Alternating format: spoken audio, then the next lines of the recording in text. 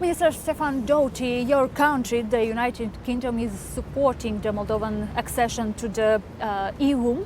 But from the position of a country that has left the European Union, why do you think Moldova should become a European country, a member of the European Union, even though UK has left the Union?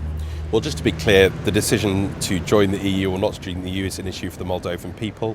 We don't have a position as a non-member of the EU, but we do warmly welcome the steps that Moldova is taking to further integrate within the European family more broadly. It's one of the reasons why we, and indeed other non-EU members, wanted to be here for this conference to show our support for Moldova, our solidarity with Moldova, not only in responding to the Russian aggression, the disinformation, the destabilizing of Moldovan democracy. We have many partnerships, we have a strong team here working with many ministries, and we look forward to developing that relationship.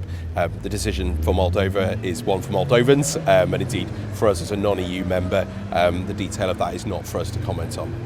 So your country, the United Kingdom, along with other Western countries, have imposed sanctions to politicians or former politicians like Vladimir Plahotniuc or Ilan Shor for attempts to destabilize Moldova. But in this sanction list, they are not politicians or former Moldovan politicians who are known to be now in the United Kingdom and also who are suspected to trying to destabilize Moldova. I'm talking about former politicians or politicians like Gheorghe Cafcaliuc or Vyacheslav Platon. Why are they not in this sanction list? And when and under what circumstances they can be put on that list? Well, we don't comment on sanctions designations, future sanctions designations, and that wouldn't be appropriate for our legal and other processes. What I would say is that not only in relation to Moldova, but indeed across the world, we constantly keep our sanctions regimes under review, and if there are individuals or entities that we believe need to be placed on them, we take the appropriate steps, but I won't get into commentary on individual cases. Yeah, I heard you said future sanctions. It was something like this in your answer? We keep all future sanctions under review, but we don't comment on individual cases or countries or entities for obvious reasons, because that wouldn't be appropriate. Okay, can I ask, just to be clear, does your country intend to increase, for example, the sanctions against people from Republic of Moldova? We don't make specific commentary on an individual country or individual entity. That wouldn't be appropriate. As I said, we keep all of our future regimes under review, but that's indeed for the whole world, and I have responsibility for sanctions globally. A question about the Moldova and UK relations, and looking at the statistics, I saw that the volume of Moldova's foreign trade with the United Kingdom in 2023 amounted to 115 million American dollars, but the statistics are showing, the data are showing that it's down almost by 36%. Comparing to 2022. Can you explain this decrease of exchanges? Well, my understanding is quite a bit of our trade volumes are in relation to agricultural products, and obviously you see variation due to the seasons naturally. I do think there is much more we can do to strengthen our trade and economic relations further, and I've been discussing that with ministers here. But I think it's also important to recognise that we see future expansion of our trade as an important priority. We've in fact extended our duty-free access for Moldovan products not just to a year but to 5 years, and we think there is an important relationship for the high quality agricultural products that are produced here. Minister Doughty, you are the Minister for Europe in your country, so I would like to talk with you a little bit about the security situation and about the war here in Europe. I would like to ask you, according to the assessment of your country, how strong do you think is the Russian threat against Moldova now after more than 2 years of the Russian war in Ukraine? Well, the Russian threat is clear, and not just to Moldova, but indeed to the democracy and stability of the whole of Europe. And that's why, although we've had a change in government in the United Kingdom, our support for Ukraine, our support in standing with European partners, including Moldova, against Russian hybrid actions, particularly those aimed at destabilising our democracies, our societies, our politics, is absolutely undiminished. And we're working closely with Moldova, we're working closely with partners to ensure that we stand together against these types of tactics. I've visited Ukraine myself twice since the start of this phase of the Russian aggression and violence and the barbarous actions that they have taken against the people of Ukraine. And by the way, may I compliment Moldova on all that you have done to support Ukrainians who had to flee that conflict. But we will stand united, and we will not accept the attempts of Putin to undermine the democratic wishes of whether it's Moldovans or indeed Ukrainians. You must be free to choose your own path and your own future without that interference. You were saying about the hybrid threats that countries like Moldova can feel from Russia. Can you explain a little bit about how do you see in the United Kingdom these hybrid threats? Because here in Moldova, politicians are talking a lot about this hybrid war, but it's very hard to understand this war because not always you can touch it. Well, it occurs across many domains, and we have had direct experience in the UK of Russia using chemical and radiological weapons on our own territory against individuals. This is completely unacceptable. We have seen attempts to spread disinformation in our society, in our politics. We have seen Russian actions in relation to sabotage across Europe. There are many ways in which they are pushing their agenda, and we must remain vigilant, particularly over these months with your presidential elections, your referendum, but also your parliamentary elections next year, to ensure that those type of activities do not undermine the free and democratic processes of Moldova, or indeed present other security threats to your country. And that's why we're proud to stand alongside you. But as I said, this isn't just a challenge for Moldova, it is a challenge for all European countries, and it's why the United Kingdom, even as a non-member of the EU, wants to work closely with our European partners alongside non-EU and EU members to ensure we stand together when it comes to questions of security, the resilience of our societies and our economies, because our adversaries will use many different tactics to undermine and threaten us.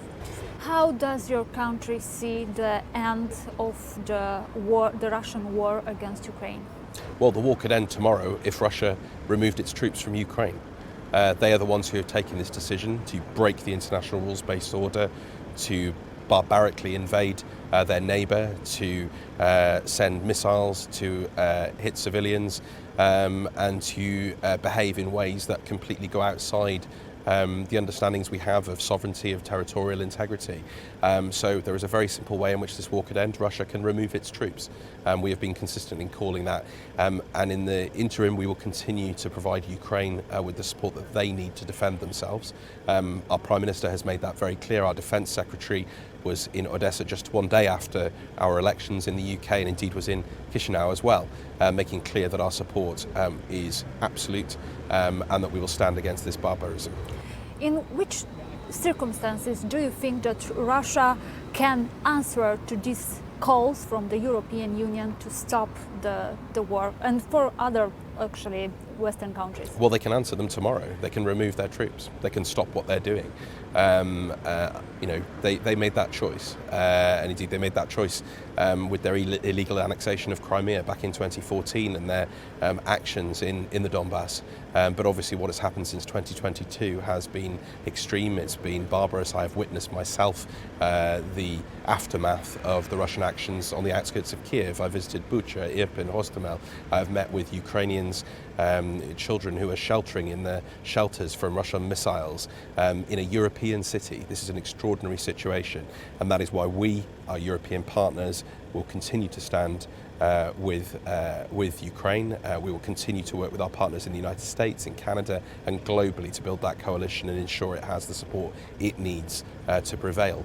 But we must also recognise that Russia is also threatening to destabilise other locations and other places across Europe, whether that's in the United Kingdom or whether that is in Moldova, we must stand absolutely robustly against their attempts to undermine our societies or indeed to attack or undertake other actions. Which can be the best way for other countries to protect from this threat from Russia?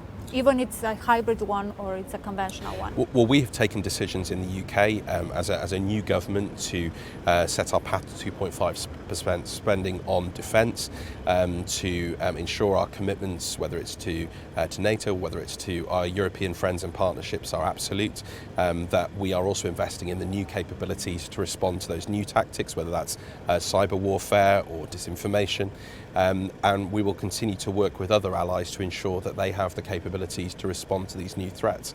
As I said, we have witnessed this ourselves on our streets, the recklessness of Russia, their willingness to undertake these actions, and we want to make sure that the whole of Europe is secure, safe and well equipped to respond to that threat, because it is real, it is increasing, and with the regime that we have in the Kremlin, we need to be extremely vigilant over the weeks and months to come. Minister Doughty, my last question. We are observing in the more Eastern European countries that this is a trend to have stricter national laws against the LGBTQ community.